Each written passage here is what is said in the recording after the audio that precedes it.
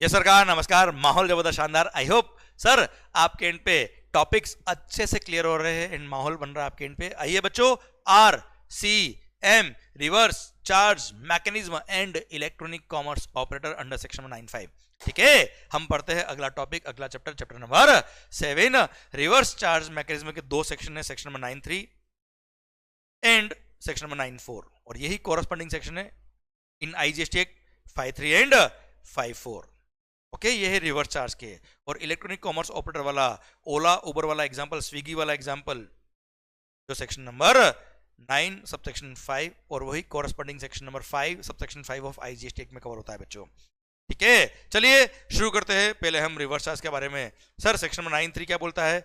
वैसे में 93, 53 और 94, 54 में क्या लिखा है आपको मैं पहले बता चुका हूं बच्चों। जब मैंने जीएसटी शुरू किया था, लेवी पढ़ाया था मैंने आपको बेटा। एक बार फिर से बता देता मैं आपको बेटा।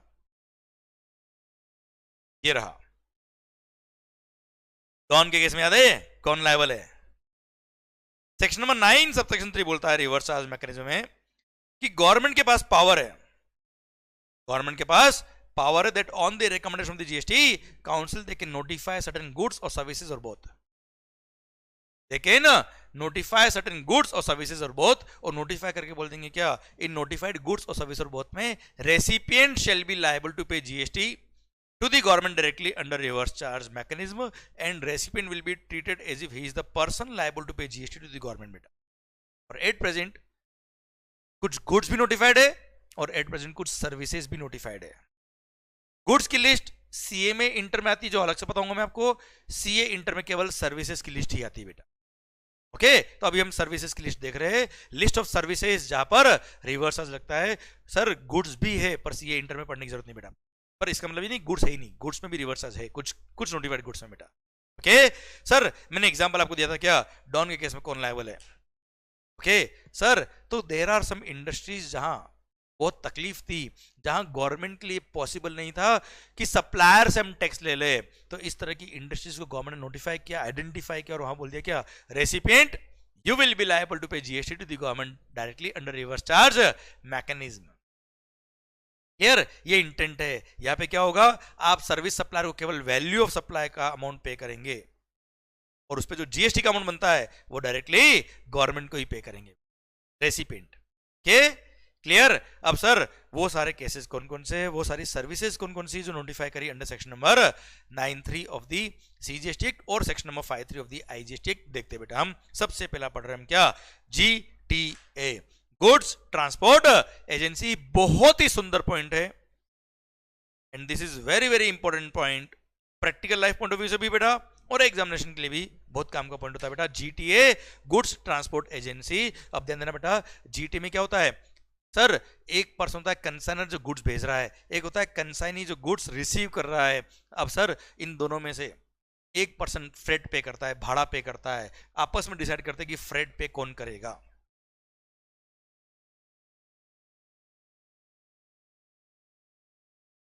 तो मालिक, जो पर्सन फ्रेट पे कर रहा है या फ्रेट पे करने के लिए लायबल है, आई रिपीट, जो पर्सन फ्रेट पे कर रहा है या फ्रेट पे करने के लिए लायबल है उसको बोलते हैं रेसिपिएंट ऑफ सर्विस। भले वो कंसाइनर हो या कंसाइनी, उससे फर्क नहीं पड़ता है। अल्टीमेटली ट्रांसपोर्टर को भाड़ा कौन देगा, जो पर्सन भाड़ा पे करने के लिए लायबल है या जो पर्सन भाड़ा पे कर रहा है उसको बोलते हैं रेसिपिएंट ऑफ सर्विस। अब वो recipient of service in 7 specified category of person में से कोई एक है, तो ऐसे केस में रेसिपिएंट जो फ्रेट पे कर रहा है वही टैक्स पे करेगा अंडर रिवर्स चार्ज मैकेनिज्म। पर जो फ्रेट पे कर रहा है उन 7 लोगों में से कोई और है, तो सर ऐसे केस में जीएसटी ही एग्जेम्प्ट है, nobody is liable to pay tax to the government directly बेटा। ओके, आई रिपीट, ये 7 लोग कौन है पढ़ लेंगे, 2 मिनट लगेंगे सर, पर पहले थीम को समझिए। जो फ्रेट पे कर रहा है या फ्रेट पे करने के लिए लायबल है, वो अगर इन 7 स्पेसिफाइड कैटेगरी ऑफ पर्सन में से एक है, तो जो फ्रेट पे कर रहा है वही टैक्स पे करेगा, तो जीएसटी लगेगा। अदरवाइज 7 लोगों के अलावा कोई और लायबल है फ्रेट के लिए, तो जीएसटी ही एग्जेम्प्ट है, nobody is liable to pay tax. Clear? तो पहले स्टेप बाय स्टेप में बात करता हूं बेटा। 7 लोग कौन है बात कर लेंगे, 2 मिनट छोड़ दीजिए उसको। फर्स्ट, जीएसटी लगेगा कि एग्जेम्प्ट है, पहले तो समझ लो सर।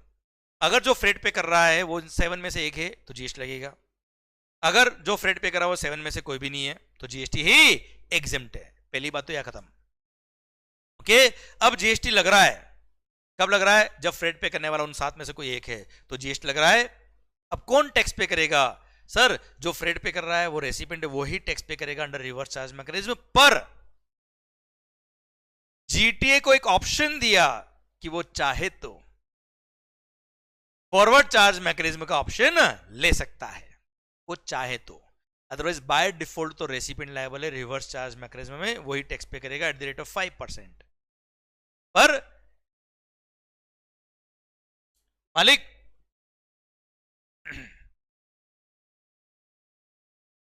अगर जीटीए चाहता है कि फॉरवर्ड चार्ज में खुद टैक्स पे करूं, तो वो चाहे तो अपना जीएसटी में रजिस्ट्रेशन कराए और सर रिवर्स चार्ज की जगह फॉरवर्ड चार्ज में वो खुद टैक्स पे कर दे, जीटीए खुद सप्लायर टैक्स पे कर दे। बेटा है ना मालिक? Sir, so in case of GST, क्या बोला sir? In case of GST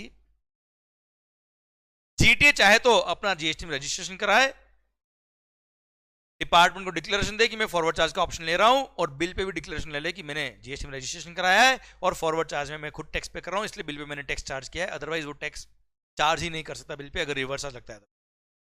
clear? अगर उसने फॉरवर्ड चार्ज में टैक्स पे करने का ऑप्शन लिया, उसने रजिस्ट्रेशन कराया, तो बिल पे डिक्लेरेशन देगा कि मैंने रजिस्ट्रेशन कराया है, मैंने फॉरवर्ड चार्ज का ऑप्शन लिया, इसलिए मैं टैक्स कलेक्ट कर रहा हूं। अब जीटीए अगर टैक्स पे करता है तो जीटीए का ऑप्शन है कि वो चाहे तो 5% रेट ऑफ टैक्स का ऑप्शन ले या फिर 12% टैक्स पे करने वाला ऑप्शन ले। तो भाड़ा मान लो 1 लाख रुपये, तो 1 लाख पे 5% 5,000 या 1 लाख पे 12% 12,000 रुपये जीएसटी पे करे। अब जीटीए ने अगर 5% टैक्स पे करने वाला ऑप्शन लिया तो जीटीए ने जो भी ट्रक परचेज करी, इनपुट सर्विस परचेज करी, कैपिटल गुड्स परचेज किया, कोई क्रेडिट नहीं मिलेगा। पर जीटीए ने अगर 12% टैक्स पे करने वाला ऑप्शन लिया, कितना बेटा?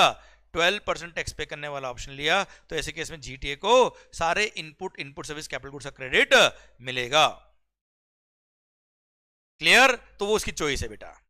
सबसे पहली बात, अगर जो फ्रेट पे कर, रिपीट कर रहा हूं पूरा बेटा, अगर जो फ्रेट पे कर रहा है वो 7 लोगों में से कोई और है तो जीएसटी एग्जम्प्ट, जो फ्रेट पे कर रहा है वो 7 लोगों में से कोई एक है तो जीएसटी लगेगा। अब बाय डिफॉल्ट रिवर्स चार्ज लगेगा, रेसिपिएंट लायबल होगा और 5% is the rate of tax. पर अगर जीटी चाहे तो अपना रजिस्ट्रेशन कराए, फॉरवर्ड चार्ज वाला टैक्स पे करने वाला ऑप्शन ले, ऑप्शन लिया है तो उसका रेट ऑफ टैक्स 2 है, 5 या 12। 5% वाला लिया तो जीटीए को कोई क्रेडिट नहीं मिलेगा, 12% वाला टैक्स का ऑप्शन लिया तो जीटीए को इनपुट सर्विस कैपिटल गुड्स सबका आईटीसी मिलता है बेटा। क्लियर? डन? ओके सरकार, ये जीटीए वाला कहानी खत्म। अब वो 7 लोग कौन है केवल वो देखने का बेटा। आइए बच्चों, अब बात आती है क्या, वो 7 लोग कौन कौन हैं जिनके केस में सर जिसके केस में टैक्स लगता है। ओके सर, जो फ्रेट पे कर रहा है वो इन 7 लोगों में से कोई एक है तो जीएसटी लगेगा और वो भी रिवर्स चार्ज में लगेगा। वो 7 लोग कौन कौन है? Sir, factory registered under factories act, society registered under societies act, cooperative society, sir any person who is registered under GST, या कोई बॉडी कॉर्पोरेट है या partnership firm whether registered or not including AOP, फिर casual taxable person registered under GST. Okay sir, वापस बोलता बेटा मैं, जो फ्रेट पे कर रहा है, पहली बात तो अगर वो जीएसटी में रजिस्टर्ड है तो बात ही खत्म, बात ही खत्म मेरे भाई। भले वो कंपनी हो ना हो, को देखने का ही नहीं बेटा। पर अगर वो जीएसटी में रजिस्टर्ड नहीं है, क्लियर, और वो फैक्ट्री है registered under factories act, society registered under societies act, cooperative society, body corporate, partnership firm whether registered or not including AOP है, या कोई casual taxable person who is registered under GST है, तो ऐसे case में GST लगेगा। अब वहां पर बाय डिफॉल्ट आरसीएम लगेगा और जीटी चाहे तो फॉरवर्ड चार्ज का ऑप्शन ले सकता है, जो यहां लिखा मैंने, और जो मैंने आपको पढ़ाया है वही मैंने टेबल फॉर्म में भी नीचे दे रखा है लास्ट में बेटा। देखो बताता हूं मैं आपको, मस्त मस्त एनालिसिस दे रखे सर, ये रहा। और हाँ, पूरे बुक में ध्यान रखना, पूरे जीएसटी में ध्यान रखना, जहां जहां पार्टनरशिप फॉर्म रेफर हुआ है वहां वहां एलएलपी भी रेफर होगा। Partnership form includes LLP also बेटा। सर ये रहा जीएसटी ऑन जीटी सर्विसेज, अगर रेसिपिएंट उन 7 के अलावा कोई है तो जीएसटी क्या है? एग्जेम्प्ट। अगर रेसिपिएंट उन 7 स्पेसिफाइड लोगों में से कोई एक है तो जीएसटी लगेगा। नाउ जीएसटी लगेगा तो जीटी के पास चॉइस है, चॉइस क्या है? वो जीएसटी में रजिस्ट्रेशन ले और फॉरवर्ड चार्ज का ऑप्शन ले। ऐसा ऑप्शन लिया है तो फॉरवर्ड चार्ज में जीटीए खुद टैक्स पे करेगा और applicable rate of tax will be 5% without any ITC, 12% with all ITC. Clear? Otherwise rate of tax, otherwise recipient पे करेगा under reverse charge mechanism and rate of tax will be 5%। अगर GTA ने forward charge का option नहीं लिया तो by default क्या है, आरसीएम रेसिपिएंट टैक्स पे करेगा 5%। क्लियर? बड़ा सुंदर चार्ट बना रखा है बेटा आपके लिए, आया ना? रेसिपिएंट किसको कहेंगे?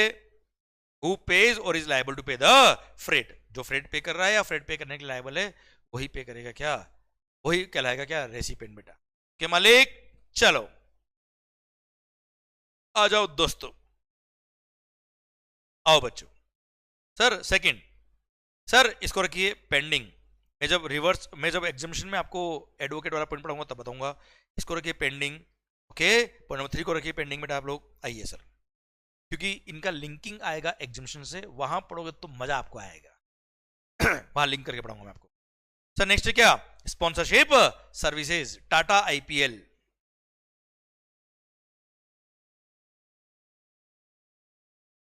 क्लियर?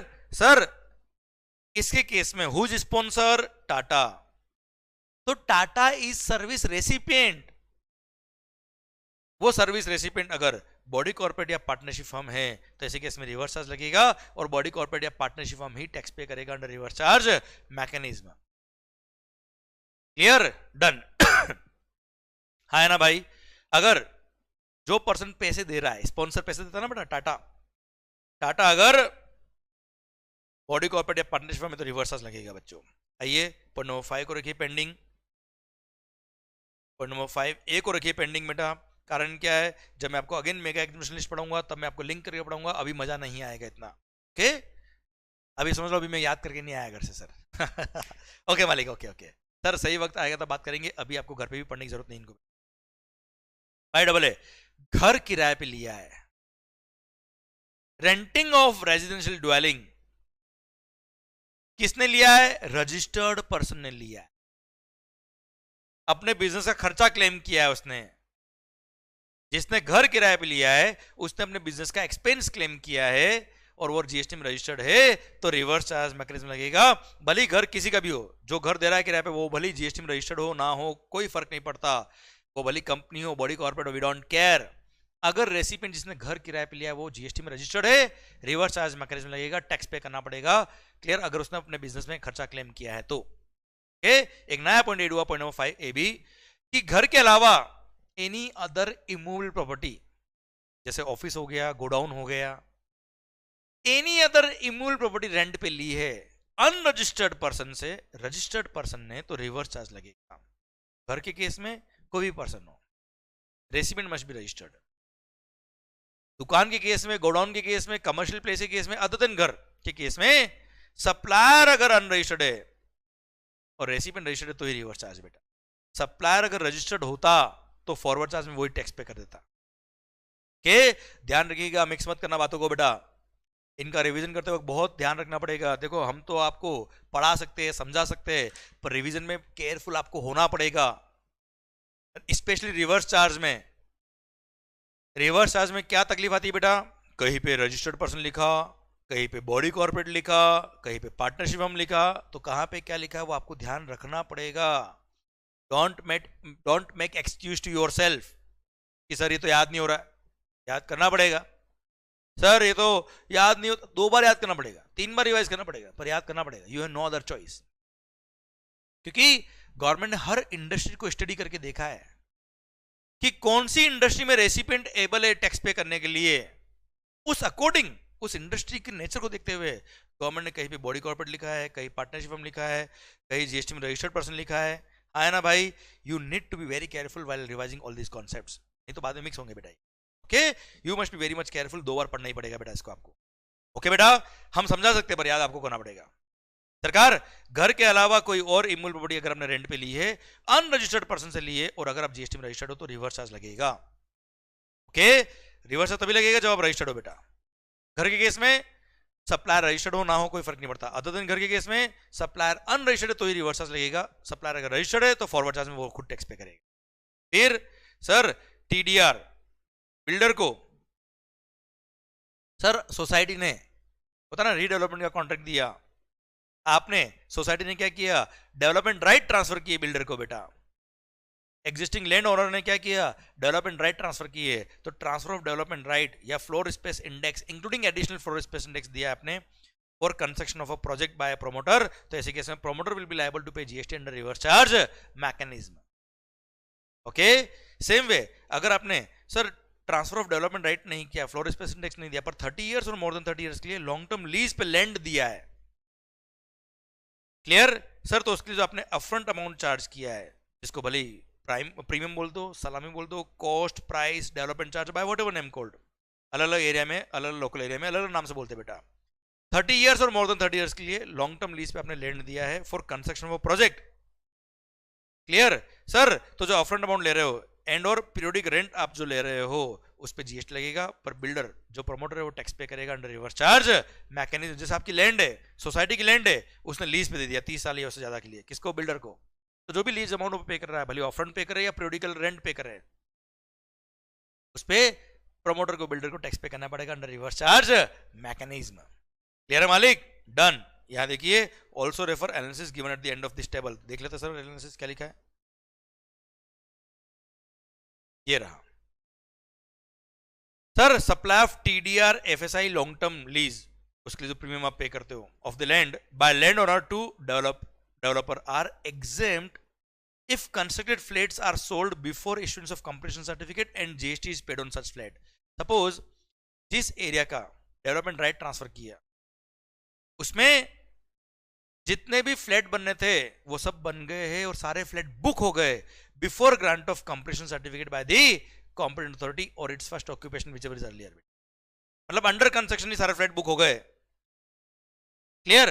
तो सर टीडीआर पे जीएसटी एग्जाम कर दिया, बिल्डर को कोई टैक्स पे करने की जरूरत नहीं है, पर फ्लैट बुक नहीं हुए तो जितने फ्लैट बुक नहीं हुए उतने प्रोपोर्शनेट वैल्यू पे ही जीएसटी पे करना पड़ेगा, टीडीआर की वैल्यू पे अंडर रिवर्स चार्ज मैकेनिज्म है, क्योंकि फ्लैट अगर अंडर कंस्ट्रक्शन बुक हो गए तो फ्लैट पे जीएसटी पे हो जाएगा, तो टीडीआर पे टैक्स पे नहीं करना, फ्लैट बुक नहीं हुए तो फ्लैट पे जीएसटी नहीं लगेगा, तो टीडीआर की वैल्यू पे जीएसटी पे करना पड़ेगा, ये फंडा है। फिर ये रहा, further GST shall be payable on the proportionate value of TDR, FSI और long term lease allocated on flats remaining unsold। अभी मैंने बताया ना बेटा, जैसे 70 फ्लैट बुक हो गए, 30 बुक नहीं हुए, तो 30 फ्लैट का जो प्रोपोर्शनेट वैल्यू निकलेगा, सिंस देखो 70 फ्लैट पे जीएसटी लगेगा, 70 फ्लैट पे जीएसटी लगेगा, क्लियर, तो 70 फ्लैट के प्रोपोर्शनेट टीडीआर की वैल्यू पे जीएसटी एग्जेम्प्ट, 30 फ्लैट पे जीएसटी नहीं लगेगा तो 30 फ्लैट के proportionate TDR long term lease की वैल्यू पे जीएसटी लग जाएगा, दैट्स इट, बिल्डर को टैक्स पे करना पड़ेगा रिवर्स चार्ज में बेटा, क्लियर। अब 30 फ्लैट जो बुक नहीं हुए उसकी टीडीआर की वैल्यू पे जीएसटी लगेगा, लॉन्ग टर्म लीज की वैल्यू पे जीएसटी लगेगा, पर rate of tax will be 1% in case of affordable house and other than affordable housing project के केस में 5% will be the rate of tax, और इस पे 5% और 1% जो टैक्स पे करना है वो बिल्डर पे टैक्स पे करना है, बिल्डर को टैक्स पे करना है under reverse charge mechanism, that's it. Okay, I repeat, 100 flat की सर एरिया थी, 70 फ्लैट बुक हो गए, 30 फ्लैट बुक नहीं हुए, तो 70 फ्लैट्स पे जीएसटी लगेगा, इसलिए उसके टीडीआर की वैल्यू पे जीएसटी नहीं लगेगा, 30 फ्लैट बुक नहीं हुए, 30 फ्लैट पे जीएसटी नहीं लगेगा, तो उसके प्रोपोर्शनेट टीडीआर की वैल्यू पे जीएसटी लगेगा eight the rate of 5% normal flat के केस में, 1% इन केस ऑफ अफोर्डेबल हाउसिंग, और बिल्डर टैक्स पे करेगा अंडर रिवर्स चार्ज मैकेनिज्म, खत्म। ओके, चलिए सरकार, आगे कहा सर, यादें पढ़ा दिया मैंने पॉइंट आपको, ये सर कुछ पॉइंट तो मैं ऑलरेडी बता चुका आपको, जैसे आप किसी कंपनी के डायरेक्टर हो, किसी कंपनी या बॉडी कॉर्पोरेट के आप डायरेक्टर हो, इन दी कैपेसिटी ऑफ डायरेक्टर जो पैसा मिल रहा है उस पर जीएसटी लगेगा, और वो भी रिवर्स चार्ज मैकेनिज्म में वो कंपनी या बॉडी कॉर्पोरेट टैक्स पे करेगा जिसके आप डायरेक्टर हो बेटा, पर इन दी कैपेसिटी ऑफ डायरेक्टर जो पैसा मिल रहा है ना उसी पे टैक्स लगेगा, इसका भी मैंने एक एनालिसिस दे रखा है सर। अब मान लो आप किसी कंपनी के डायरेक्टर हो बेटा, समझने की कोशिश करना बेटा, अब डायरेक्टर ने कोई ऑफिस रेंट पे दिया है कंपनी को सर, तो क्या वो जो रेंट कंपनी पे करी डायरेक्टर को, क्या वो in the capacity of director pay कर रही है? Answer is no, that is rent. तो कोई भी काम जो डायरेक्टर कर रहा है in the capacity of director, in the capacity of director उसको जो रेम्यूनरेशन मिल रहा है उस पर रिवर्स चार्ज लगेगा और उस पे कंपनी को टैक्स पे करना पड़ेगा। अगर एम्प्लॉयमेंट की कैपेसिटी में है तो जीएसटी लगता ही नहीं है, शेड्यूल 1 में कवर है, शेड्यूल 3 में कवर है बेटा। एंड कोई और सर्विस डायरेक्टर ने दी है कंपनी को other than in the capacity of director, जैसे renting of property to the company, तो टैक्स लगेगा। और यहाँ पे नॉर्मल फॉरवर्ड चार्ज लगेगा। हम मानेंगे वो कोई पर्सनल हमने रेंट पे लिया प्रॉपर्टी यार, दैट्स इट, क्लियर। तो एनी अदर सर्विस जो उसने अपने पर्सनल या प्राइवेट कैपेसिटी में दी है बेटा, उस पर कोई रिवर्स चार्ज नहीं है, वो तो डायरेक्टर की कैपेसिटी में जो सर्विस है उस पर रिवर्स चार्ज है बेटा। अदर सर्विसेज पे नॉर्मल टैक्स लगेगा। अच्छा, उसने एम्प्लॉई की तरह सर्विस दी है in the capacity of employee, employment terms के हिसाब से, उस पर तो जीएसटी लगता ही नहीं बेटा। अदर सर्विसेज पे नॉर्मल टैक्स लगेगा, रिवर्स चार्ज नहीं है। डायरेक्टर की कैपेसिटी में जो सर्विस दी उस पर टैक्स लगेगा, वो भी रिवर्स चार्ज लगेगा। Clear, done. आए ना मालिक, आओ बच्चों। अब आप कौन हो बेटा? इंश्योरेंस एजेंट हो बेटा। अरे कौन हो मालिक? If you are an insurance agent, तो इंश्योरेंस एजेंट को इंश्योरेंस कंपनी जो इंश्योरर है वो कमीशन देता है, वहां पे रिवर्स चार्ज मैकेनिज्म में वो इंश्योरेंस कंपनी, इंश्योरेंस पर्सन जो बिजनेस कर रहा है इंश्योरेंस का, वही टैक्स पे करेगा अंडर रिवर्स चार्ज मैकेनिज्म। फिर वसूली भाई,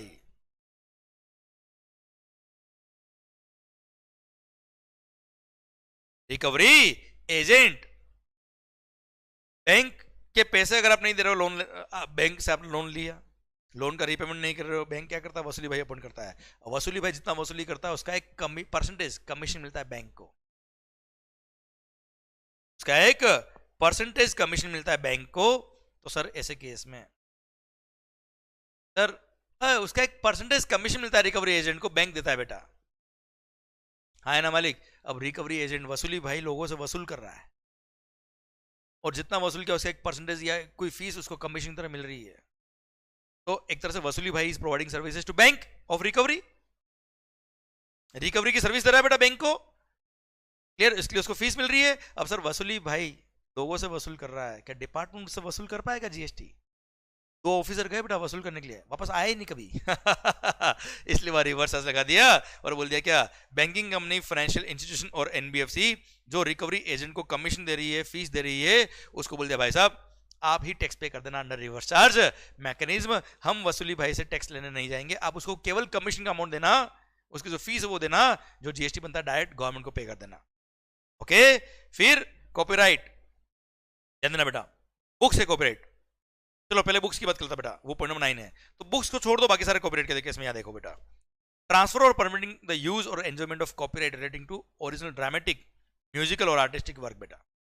म्यूजिकल, ड्रामेटिक और आर्टिस्टिक वर्क, जैसे AR रहमान ने कोई म्यूजिक कंपोज की, अरिजीत सिंह ने कोई म्यूजिक कंपोज की, या आर्टिस्टिक वर्क जैसे आपने कोई वाइल्ड लाइफ फोटोग्राफी करी और आपके जो फोटोग्राफ्स है वो आर्टिस्टिक वर्क है बेटा, इन सब का आपने कॉपीराइट करा दिया। तो ऐसे केस में सर म्यूजिक कंपनी, प्रोड्यूसर और द लाइक आपको जो रॉयल्टी दे रहा है, आपने उस कॉपी करने का राइट उनको दिया। जैसे टी सीरीज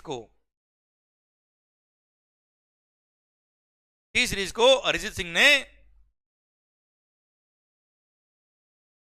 म्यूजिकल राइट्स दिए बेटा, ट्रांसफर किए कोई म्यूजिक के राइट्स, तो ऐसे केस में जो भी टी सीरीज रॉयल्टी पे करेगी अरिजीत सिंह को, उस पर रिवर्स चार्ज मैकेनिज्म लगेगा और टी सीरीज ही लायबल होगा टैक्स पे करने के लिए। अरिजीत सिंह को बोल दिया तू गाना गा भाई, मत कर, टैक्स ये लोग पे कर देंगे, है ना मालिक?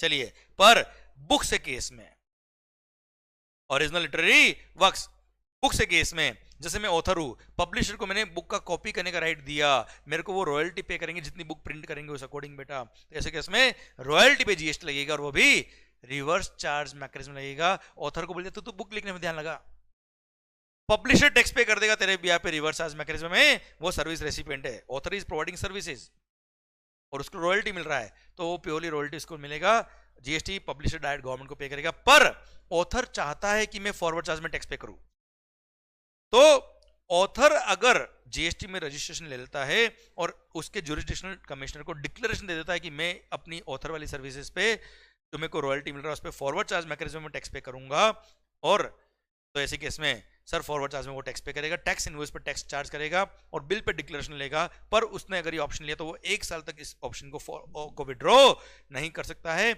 और बिल पे उसको डिक्लेरेशन देना पड़ेगा कि मैंने फॉरवर्ड चार्ज का ऑप्शन लिया है, इसलिए बिल पे टैक्स लगा रहा हूं, तो वहां पे फॉरवर्ड चार्ज में वो टैक्स पे करेगा, पब्लिशर टैक्स पे नहीं करेगा। पर by default by default reverse charge mechanism में रेसिपिएंट लायबल है ना, पब्लिशर लायबल है, पर ऑथर की चॉइस है कि वो चाहे तो फॉरवर्ड चार्ज का ऑप्शन ले सकता है, पर अरिजीत सिंह के केस में ऐसा कोई ऑप्शन नहीं है। ओरिजिनल म्यूजिकल, आर्टिस्टिक और ड्रामेटिक वर्क में बाय डिफॉल्ट रिवर्स चार्ज ही और बाय डिफॉल्ट रिवर्स चार्ज ही है, और कोई ऑप्शन नहीं है। के आइए सर, आरबीआई क्या करता है, रिजर्व बैंक ऑफ इंडिया, जो बड़े बड़े लोन अकाउंट होते हैं बेटा, उनको ओवरसी करने के लिए कि कहीं वो लोन अकाउंट होल्डर भाग नहीं जाए इंडिया देश छोड़ के बेटा, उनको ओवरसी करने के लिए उन्होंने एक कमिटी बनाई हुई है, ओवरसीइंग कमिटी ऑफ आरबीआई बोलते हैं। तो जो उसके मेंबर्स है उसको फीस देता है आरबीआई। अब मेंबर होते बड़े लोग, है ना भाई, पहले इस कमेटी में 3 लोग थे, 2 लोग थे, तो विजय माल्या भाग गया बेटा। उसके बाद इस कमेटी में मेंबर बढ़ा के 7 लोग कर दिए ताकि बड़े बड़े लोन अकाउंट ये ओवरसी कर पाए, कोई भाग नहीं जाए देश छोड़ के। क्लियर? उसके बाद 3 लोग और भाग गए बेटा। क्लियर? पर वो लोग अपना काम कर रहे हैं। तो members of overseeing committee of RBI जो होते हैं उनको फीस पे करता है आरबीआई। तो ये बड़े लोग होते हैं बेटा, इनकी फीस पर आरबीआई खुद टैक्स पे करेगा under reverse charge mechanism. Okay मालिक? फिर क्या? DSA, individual direct selling agents. ये क्या होता है साहब? क्या होता है?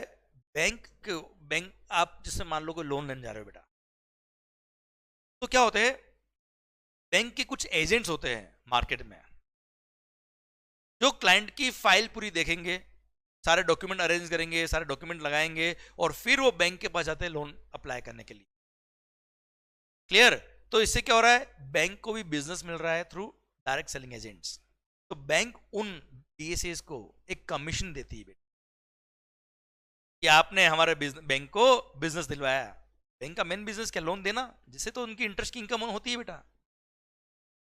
तो मालिक, अगर आप किसी डायरेक्ट सेलिंग एजेंट डीएसए के थ्रू बैंक में लोन अप्लाई किया है, लोन सैंक्शन हो गया, लोन मिल गया आपको, तो डीएसए को एक कमीशन मिलता है, उस कमीशन पे जीएसटी लगता है। पर अगर वो DSA individual direct selling agent हुआ तो उसका भरोसा नहीं कि वो टैक्स पे करेगा कि नहीं करेगा गवर्नमेंट को। वो ऑर्गेनाइज्ड बिजनेस सेक्टर नहीं है, इसलिए वहां रिवर्स चार्ज मैकेनिज्म है। वो banking company, financial institution, NBFC को बोल दिया कि तुम ही टैक्स पे करना अंडर रिवर्स चार्ज मैकेनिज्म। पर वो डीएसए ऑर्गेनाइज्ड वे में काम कर रहा है, वो खुद एक कंपनी है, बॉडी कॉर्पोरेट है, पार्टनरशिप में या एलएलपी है, तो इसके केस में वो खुद टैक्स पे करेगा अंडर फॉरवर्ड चार्ज मैकेनिज्म। पर अगर इंडिविजुअल डीएसए हुआ तो यहां पे आरसीएम लगेगा। क्लियर? सर, वो खुद एक बॉडी कॉर्पोरेट है, पार्टनरशिप में या एलएलपी है, तो ऐसे केस में फॉरवर्ड चार्ज में वो टैक्स पे कर देगा, पर अगर वो इंडिविजुअल डीएसए है तो रिवर्स चार्ज लगेगा। ओके? अब ये सब बातें आपको ध्यान रखनी पड़ेगी बच्चों। आइए बच्चों, बिजनेस फैसिलिटेटर, बैंक क्या करता है, बिजनेस फैसिलिटेटर अपॉइंट कर देता है, सो दैट बैंक का बिजनेस बढ़े। उसके लिए जो उनकी फीस होती है उस पर जीएसटी लगता है। बिजनेस फैसिलिटेटर जो फीस चार्ज करेंगे उस पर जीएसटी बैंक पे करेगा to the government directly under reverse charge mechanism. पर बैंक जो बिजनेस कॉरेस्पॉन्डेंट अपॉइंट करता है वहां तो फॉरवर्ड चार्ज मैकेनिज्म ही लगता है, और बिजनेस कॉरेस्पॉन्डेंट ही टैक्स पे करता है टू द गवर्नमेंट डायरेक्टली। जो भी बिजनेस कॉरेस्पॉन्डेंट बैंकिंग कंपनी को फीस चार्ज करेगा उस पर टैक्स वो खुद पे करेगा। पर बिजनेस कॉरेस्पॉन्डेंट ने अपने अंडर एजेंट अपॉइंट कर दिए, services of a agent of business correspondent. तो बिजनेस कॉरेस्पॉन्डेंट ने अपने अंडर एजेंट्स अपॉइंट कर दिए। वो एजेंट्स बिजनेस कॉरेस्पॉन्डेंट से जो कमीशन चार्ज कर रहे हैं, उसमें agents are providing services to business correspondent. पर वो एजेंट होते बहुत छोटे लोग बेटा, जहां पे सर उनसे टैक्स रिकवरी करना इज वेरी डिफिकल्ट। इसलिए एजेंट ऑफ बिजनेस कॉरेस्पॉन्डेंट को, उन एजेंट को जो बिजनेस कॉरेस्पॉन्डेंट कमीशन दे रहा है, उस कमीशन पे खुद बिजनेस कॉरेस्पॉन्डेंट टैक्स पे करेगा under reverse charge mechanism. Okay? और बिजनेस कॉरेस्पॉन्डेंट जो फीस चार्ज कर रहा है बैंक को, उस पर भी business correspondent forward charge mechanism में टैक्स पे करेगी। चलिए फिर आइए, बड़ा अच्छा पॉइंट है ये, गुड पॉइंट, सिक्योरिटी सर्विसेज। आप कई बार शॉपिंग मॉल वगैरह में गए होंगे बेटा। अच्छा हाँ, एक बार भावेश भाई, यस, ऑथर और जीटी के पास ऑप्शन है फॉरवर्ड चार्ज मैकेनिज्म वाला, अदरवाइज बाय डिफॉल्ट आरसीएम ही है। Okay, good, yes. और एक और पॉइंट आएगा आगे, सरकार रेंटिंग वाला, और बात करेंगे सर, एक और में ऑप्शन आता है बेटा। ओके ओके मालिक, सिक्योरिटी सर्विसेज, सिक्योरिटी गार्ड वगैरह देखोगे आपने बेटा, बॉडी गार्ड्स वगैरह, उड़ उड़ दबंग दबंग, हाँ है ना भाई। तो मालिक, security services, services provided by way of security personal, जो सिक्योरिटी सर्विस दे रहा है वो अदर देन बॉडी कॉर्पोरेट है। क्लियर? और जो सिक्योरिटी सर्विस ले रहा है वो जीएसटी में रजिस्टर्ड है, तो रिवर्स चार्ज मैकेनिज्म लगेगा, और जो पर्सन जीएसटी में रजिस्टर्ड है वो टैक्स पे करेगा अंडर रिवर्स चार्ज मैकेनिज्म। पर हाँ, सिक्योरिटी सर्विस देने वाला खुद पर्सन एक बॉडी कॉर्पोरेट है। खुद अगर बॉडी कॉर्पोरेट है मतलब एक कंपनी है बेटा, वो ऑर्गेनाइज्ड वे में बिजनेस कर रही है, सिस्टमेटिक काम कर रहे हैं, तो ऐसे केस में फॉरवर्ड चार्ज मैकेनिज्म लगेगा और वो खुद बॉडी कॉर्पोरेट टैक्स पे कर देगा। पर अदर देन बॉडी कॉर्पोरेट है तो सर सिक्योरिटी सर्विस देने वाला पर्सन जो है सर वो टैक्स चोरी का चांस होता है बेटा वहां पे, इसलिए रेसिपिएंट को बोल दिया कि अगर आप जीएसटी में रजिस्टर्ड हो तो आप टैक्स पे करोगे अंडर रिवर्स चार्ज मैकेनिज्म। हाँ सर ध्यान देना बेटा, पर सर्विस रेसिपिएंट अगर जीएसटी में रजिस्टर्ड है तो रिवर्स चार्ज है। पर सर्विस रेसिपिएंट कौन है? एक गवर्नमेंट डिपार्टमेंट है या establishment of the central government है या स्टेट गवर्नमेंट या सेंट्रल गवर्नमेंट या यूनियन टेरिटरी का कोई डिपार्टमेंट या एस्टेब्लिशमेंट है या लोकल अथॉरिटी है या गवर्नमेंटल एजेंसी है जो जीएसटी में रजिस्टर्ड तो है but only for the purpose of deducting TDS under GST. GST में जो टीडीएस एप्लीकेबल होता है केवल उसके लिए वो रजिस्टर्ड है, किसी और पर्पस के लिए वो रजिस्टर्ड नहीं है। वो गवर्नमेंट डिपार्टमेंट, लोकल अथॉरिटी या गवर्नमेंटल एजेंसी, तो ऐसे केस में कोई रिवर्स चार्ज नहीं है, फॉरवर्ड चार्ज ही लगेगा। सेकेंड, रेसिपिएंट जीएसटी में रजिस्टर्ड तो पर वो खुद कंपोजिशन स्कीम वाला है बेटा, तो कंपोजिशन टैक्स पर वो वैसे ही छोटा बिजनेसमैन है यार, तभी तो कंपोजिशन स्कीम मिली उसको बेटा। तो भले वो जीएसटी में रजिस्टर्ड है पर रिवर्स चार्ज नहीं लगेगा, वह फॉरवर्ड चार्ज ही लगेगा हमेशा, और सिक्योरिटी सर्विस देने वाला ही टैक्स पे करेगा। क्लियर? डन। मैं वापस से रिपीट करता बेटा, सिक्योरिटी सर्विस देने वाला पहला पॉइंट अगर खुद बॉडी कॉर्पोरेट है आगे देखना ही मत, हमेशा फॉरवर्ड चार्ज है बेटा। सेकेंड, सिक्योरिटी सर्विस लेने वाला अदर देन रजिस्टर्ड पर्सन है, वो जीएसटी में रजिस्टर्ड नहीं है, तो हमेशा ही फॉरवर्ड चार्ज है, बात खत्म। ठीक है? थर्ड पॉइंट, सिक्योरिटी सर्विस देने वाला अदर देन बॉडी कॉर्पोरेट है और रेसिपिएंट जीएसटी में रजिस्टर्ड है तो रिवर्स चार्ज लगेगा। पर दो एक्सेप्शन है, अगर रेसिपिएंट वो गवर्नमेंट डिपार्टमेंट है, गवर्नमेंट एजेंसी है, लोकल अथॉरिटी है जो जीएसटी में रजिस्टर्ड तो है but only for the purpose of deducting TDS है, तो ऐसे केस में कोई जीएसटी सर रिवर्स चार्ज नहीं लगेगा, फॉरवर्ड चार्ज लगेगा। और सर्विस रेसिपिएंट अगर कंपोजिशन स्कीम वाला है तो भी हमेशा ही क्या लगेगा? फॉरवर्ड चार्ज मैकेनिज्म ही लगेगा, बात खत्म। क्लियर? डन। आइए बच्चों, अब आ रहा है क्या? Renting of any motor vehicle design to carry passengers where cost of fuel, जो पेट्रोल वगैरह होता है, is included in the consideration charge from the service recipient. है ना? कुल मिला के कार किराए पे ली बेटा, रेंटिंग ऑफ मोटर व्हीकल। और रेंटिंग ऑफ मोटर व्हीकल देने वाला कौन? Other than body corporate. और सर रेंट पे लेने वाला कौन? Body corporate. रेंट पे देने वाला खुद अगर एक कंपनी होता, बड़ी कंपनी, सर बॉडी कॉर्पोरेट है, ऑर्गेनाइज वे में काम कर रहा है, तो वहां रिवर्स चार्ज जरूरत नहीं, वो खुद फॉरवर्ड चार्ज में टैक्स पे कर देगा। पर रेंट पे देने वाला पर्सन जो कार ड्राइवर है बेटा, एक तरह से खुद इंडिविजुअल कार ओनर है बेटा, उसे टैक्स ना हो पाएगा यार। जो सर्विस रेसिपिएंट वो अगर बॉडी कॉर्पोरेट तो उसको बोलते हैं तू टैक्स पे कर देना under reverse charge mechanism. I repeat, renting of motor vehicle पर कौन सी? Design to transport passengers, truck वगैरह नहीं, designed to transport passengers. Renting of motor vehicles design to transport passengers where cost of fuel is included in the cost charge from the customer. तो ऐसे case में अगर service supplier other than body corporate है, recipient body corporate, तो reverse charge लगेगा। अब सुन, यहां पे भी एक ऑप्शन है क्या कि यहां पे भी सर्विस सप्लायर चाहे तो फॉरवर्ड चार्ज मैकेनिज्म वाला ऑप्शन ले सकता है, और वहां पे ऐसे केस में 12% रेट ऑफ टैक्स लगेगा, 6% सीजीएसटी, 6% एसजीएसटी एंड 12% आईजीएसटी। अगर उसने 12% टैक्स पे करने वाला ऑप्शन लिया तो फॉरवर्ड चार्ज मैकेनिज्म लगेगा। क्लियर? और अगर उसने 12% टैक्स पे करने वाला ऑप्शन नहीं लिया तो ऐसे केस में रेसिपिएंट टैक्स पे करेगा एट द रेट ऑफ 5%, जो जीटी में था बेटा। थोड़ा चेंज है पर हाँ मोरलेस वैसा ही है। यहां पे सर्विस सप्लायर को 5% टैक्स पे करने वाला ऑप्शन नहीं बेटा, आया ना भाई?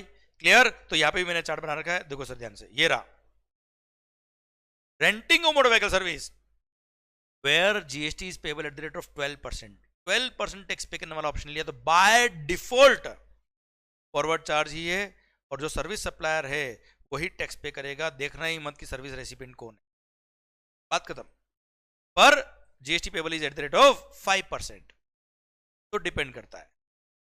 कि सर्विस सप्लायर बॉडी कॉर्पोरेट है, अगर सप्लायर बॉडी कॉर्पोरेट तो बात ही खत्म ना, खुद ऑर्गेनाइज कंपनी यार, खुद फॉरवर्ड चार्ज में टैक्स पे कर देगा। पर supplier other than body corporate है, if the supplier is other than body corporate, अब जरूर चेक करना क्या रेसिपिएंट बॉडी कॉर्पोरेट है। If recipient is other than body corporate तो अगेन वापस क्या लगेगा, forward charge mechanism. Recipient body corporate है, supplier other than body corporate है तो रिवर्स चार्ज लगता है, और ऐसे केस में रेसिपिएंट लायबल होगा टैक्स पे करने के लिए eight the rate of 5%। Okay मालिक, डन। वापस से रिपीट करता बेटा मैं, सप्लायर कौन, अदर देन बॉडी कॉर्पोरेट, तो ये बात कर रहा बेटा मैं। सप्लायर बॉडी कॉर्पोरेट तो हमेशा forward charge, supplier other than body corporate और रेसिपिएंट बॉडी कॉर्पोरेट तो रिवर्स चार्ज लगेगा, और rate of tax will be 5%।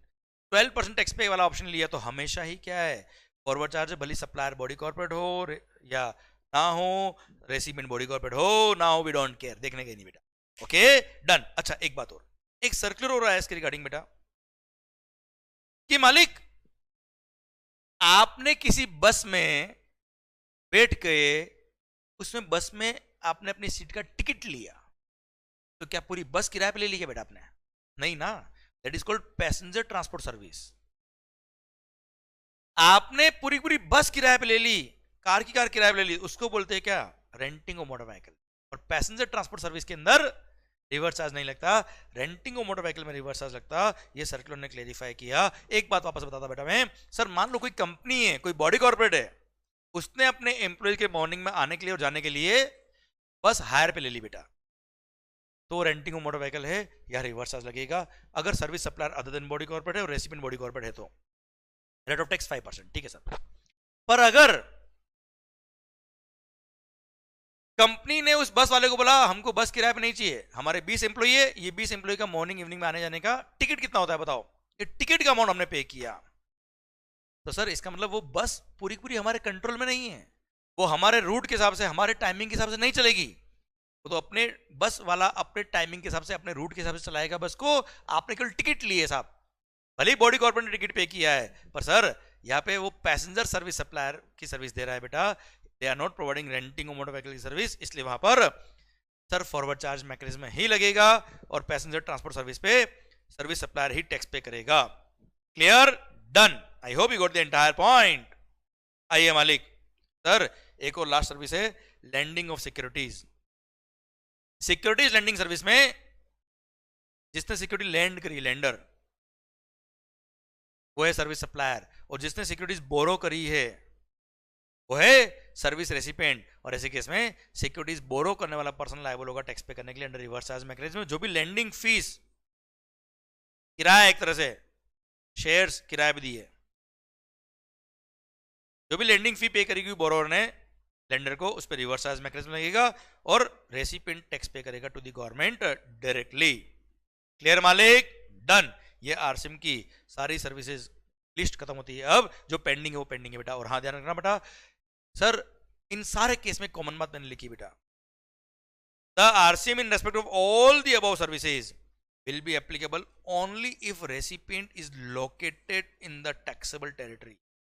मतलब रेसिपिएंट अगर आउट ऑफ इंडिया का है तो रिवर्स चार्ज कैसे लगाएंगे यार, वो आउट ऑफ इंडिया वाले पर्सन से कैसे टैक्स रिकवरी करेंगे। इसलिए अगर रेसिपिएंट टैक्सेबल टेरिटरी में रहता है तो ही ये रिवर्स चार्ज के प्रोविजन लगेंगे। अगर रेसिपिएंट आउट ऑफ इंडिया रहता है तो रिवर्स चार्ज नहीं, वहां फॉरवर्ड चार्ज ही हमेशा ही बेटा। ओके मालिक, चलिए ये कॉमन है सबके लिए बेटा बात। चलिए एनालिसिस सारे पॉइंट हमने पढ़ लिए बच्चों। नाउ एक एडिशनल सर्विस ऐसी है जिसमें रिवर्स चार्ज लगता है under IGST act. IGST act में जितनी भी हमने सीजीएसटी एक्ट की लिस्ट ऑफ सर्विसेज पढ़ी वो तो सब ही है, केवल एक सर्विस एक्स्ट्रा है अंडर आईजीएसटी एक्ट, क्योंकि वो इंटरसेट सप्लाई का आता है, इसलिए वो पढ़ लीजिए बेटा। अरे डॉन के केस में कौन लायबल है, कौन लायबल है वो यही लिखा है बेटा, any service supplied by any person who is located in non taxable territory. Service supplier का non taxable territory, service recipient का है located in taxable territory, recipient of service is located in taxable territory. Service supplier कौन, located in non taxable territory. तो ऐसे case में reverse charge लगेगा, जो मैंने एग्जांपल पढ़ाया था डे वन, डॉन के केस में कौन लायबल है बेटा। पर हाँ अगर आप ऑनलाइन सर ऑनलाइन इंफॉर्मेशन और डेटाबेस एक्सेस और रिट्रीवल सर्विसेज जैसे netflix.com की सर्विस आप ले रहे हो तो वहां फॉरवर्ड चार्ज लगता है, वहां सर्विस सप्लायर खुद टैक्स पे करता है, उसको बोलते हैं क्या, other than non taxable online recipient. तो सर अगर आप लोग नेटफ्लिक्स की सर्विस ले रहे हो और आप जीएसटी में रजिस्टर्ड नहीं, तो आपको बोलते हैं क्या, sir non taxable online recipient, कि आप टैक्सेबल नहीं हो, आप एंड कंज्यूमर हो बेटा, ठीक है। तो OIDR सर्विस आपके सिलेबस में बहुत डिटेल में नहीं आती, इसलिए उस पर डिटेल में मत बात करिए। बस ये ध्यान रखिए कि नॉन टैक्सेबल ऑनलाइन रेसिपिएंट मतलब जो जीएसटी में रजिस्टर्ड नहीं है, उन्होंने अगर पर्सनली उसके लिए सर्विसेज इंपोर्ट करी है तो ऐसे केस में फॉरवर्ड चार्ज लगता है। बाकी हमेशा डाउन के केस में कौन लायबल है, आउट ऑफ इंडिया से इंडिया में सर्विसेज लिए तो हमेशा रिवर्स चार्ज मैकेनिज्म लगेगा, और जिसने सर्विस इंपोर्ट करी वो टैक्स पे करेगा। अगर उसने अपने बिजनेस के लिए इंपोर्ट करी, तो पर्सनली उसके लिए इंपोर्ट करी है, क्लियर, वैसे भी जीएसटी एग्जेम्प्ट होता है बेटा, एक्सेप्ट OIDR सर्विस बेटा, यहाँ पे नेटफ्लिक्स खुद टैक्स पे करता है आउट ऑफ इंडिया से बेटा। ओके डन सरकार। तो डाउन के केस में कौन लायबल है, आई hope you got the point बेटा। चलिए सरकार, सर ये तो आपका सेक्शन 9 सबसेक्शन 3 सेक्शन 5 सबसेक्शन 3 पूरा खत्म होता है। अब लिस्ट ऑफ गुड्स सीए में इंटर में एक्स्ट्रा आती है, वो हम अलग से पढ़ लेंगे बेटा। सीए इंटर के लिए लिस्ट ऑफ गुड्स सिलेबस में नहीं आती है। आइए सर एक और पॉइंट है हमारा रिगार्डिंग गुड्स, आइए बच्चों वो भी हम पढ़ लेते हैं बच्चा।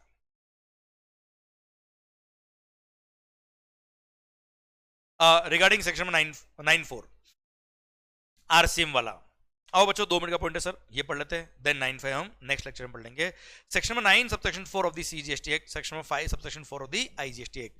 याद है 9.4 9.5 में आपको पढ़ा चुका हूं बेटा, मैंने पढ़ाया था क्या, गवर्नमेंट के पास पावर है that on the recommendation of the GST council they can notify certain goods or service or both, और notified goods or service or both को सर अनरजिस्टर्ड पर्सन से, किससे, अनरजिस्टर्ड पर्सन से परचेज किया किसने, notified category of registered person है जो only builder है अभी बेटा।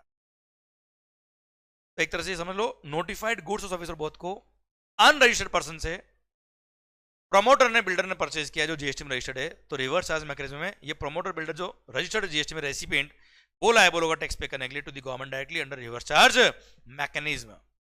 सो in case of reverse charge mechanism section number 9 subsection 4 says that builder को नोटिफाई किया और बिल्डर ने अनरजिस्टर्ड पर्सन से notified goods or service or both purchase किया, notified goods or service or both purchase किया तो रिवर्स चार्ज मैकेनिज्म लगेगा। अब वो notified goods or service or both कौन है देख लेते बेटा। पहली बात तो registered person recipient is promoter, promoter के अलावा कोई और परचेज करता है इन गुड्स को तो रिवर्स चार्ज नहीं है, ठीक है। प्रमोटर परचेज करेगा इन गुड्स को तो ही रिवर्स चार्ज है, और वो भी किससे परचेज करेगा, तो अनरजिस्टर्ड लोगों से परचेज करेगा। तो कौन कौन से गुड्स, फर्स्ट सीमेंट, 1 रुपए का भी सीमेंट खरीदा किसने, बिल्डर ने, किससे, अनरजिस्टर्ड पर्सन से, रिवर्स चार्ज। 1 रुपए का भी कैपिटल गुड्स परचेज किया किसने, बिल्डर ने, किससे, अनरजिस्टर्ड पर्सन से, रिवर्स चार्ज। प्लस इन दोनों गुड्स में तो हमेशा ही रिवर्स चार्ज है अगर अनरजिस्टर्ड से परचेज किया तो। इन दोनों गुड्स के अलावा बाकी सारी इनपुट और इनपुट सर्विस जो भी उसने अपने प्रोजेक्ट के लिए परचेज करी उसका एटलीस्ट 80% रजिस्टर्ड सप्लायर से परचेज किया होना चाहिए। कितना, at least 80% should be procured from registered person, है ना मालिक, कितना कितना कितना, at least 80% 80% should be procured from the registered person. कौन परचेज करना चाहिए, बिल्डर, क्लियर। 20% अगर उसने बाकी इनपुट और इनपुट सर्विस का 20% अगर उसने अनरजिस्टर्ड से परचेज किया चलेगा बेटा, पर एटलीस्ट 80% रजिस्टर्ड से परचेज किया होना चाहिए। पर मान लो किसी केस में उसने रजिस्टर्ड लोगों से जो परचेज किया वो था 75%, अदर इनपुट सर्विस की बात कर रहा हूं, कैपिटल गुड्स और सीमेंट के में तो 100% should be purchase from registered. 1 रुपए का भी अनरजिस्टर्ड परचेज किया तो रिवर्स चार्ज है ही है बेटा। बाकी इनपुट और बाकी इनपुट सर्विस में उसने सपोज टोटल इनपुट जो काम आए, टोटल इनपुट सर्विस जो काम है उसका 75% रजिस्टर्ड से परचेज किया, जब परचेज कितना करना था रजिस्टर्ड से, एटलीस्ट 80%, तो शॉर्टफॉल कितना है 5%। ये 5% वाले portion of inputs, 5% shortfall of input service पे रिवर्स चार्ज मैकेनिज्म लगेगा और builder will be liable to pay GST to the government directly बेटा। क्लियर, ये लिखा point number 3। Okay, if value of inputs और input services purchased from registered supplier is less than 80% of total input or input services, promoter has to pay GST on a reverse charge basis, and on all such inward supplies to the extent it is short of 80% of the inward supplies from registered supplier. जितना ये short है, to the extent it is short of 80%, मतलब इस case में 75% registered से purchase किया तो short कितना बेटा 5% में रिवर्स चार्ज मैकेनिज्म लगेगा और promoter will be liable to pay GST. हर इंडिविजुअल इनपुट सर्विस का परचेज कहां से हुआ देखना पड़ेगा, और जो शॉर्ट है 80% से जितना शॉर्ट है उस पर रिवर्स चार्ज लगेगा. पर सीमेंट और कैपिटल गुड्स में तो हमेशा ही रिवर्स चार्ज लगेगा अगर अनरजिस्टर्ड परचेज किया तो. Clear, done. इसी के साथ भारत माता की जय. इसी के साथ ये RCM under section number 9 subsection 4 और section number 5 subsection 4 of IGST भी खत्म होता है. अब इसी के साथ सर आरसीएम का पूरा टॉपिक खत्म होता है. अब एक सेक्शन नंबर 9(5) जो फॉरवर्ड चार्ज मैकेनिज्म का, जो मैं आपको बता चुका हूं ओला उबर वाला, वो पेंडिंग है बेटा. वो हम पढ़ते हैं अगले सेशन में. भारत माता की जय. यहां तक पढ़िए, मस्त होके पढ़िए, खुश होके पढ़िए, which is very much important. I hope you are getting the entire concept of RCM. I hope आपका सर पूरा जीएसटी का टॉपिक जो हमने पढ़ा अब तक सारा समझ में आया, मजा आया, माहौल बन रहा है आपके एंड पे. Everything is clear at your end. Bharat माता की जय. मस्त होके पढ़े, खुश होके पढ़े, which is very much important. Love you lot, take care, bye bye.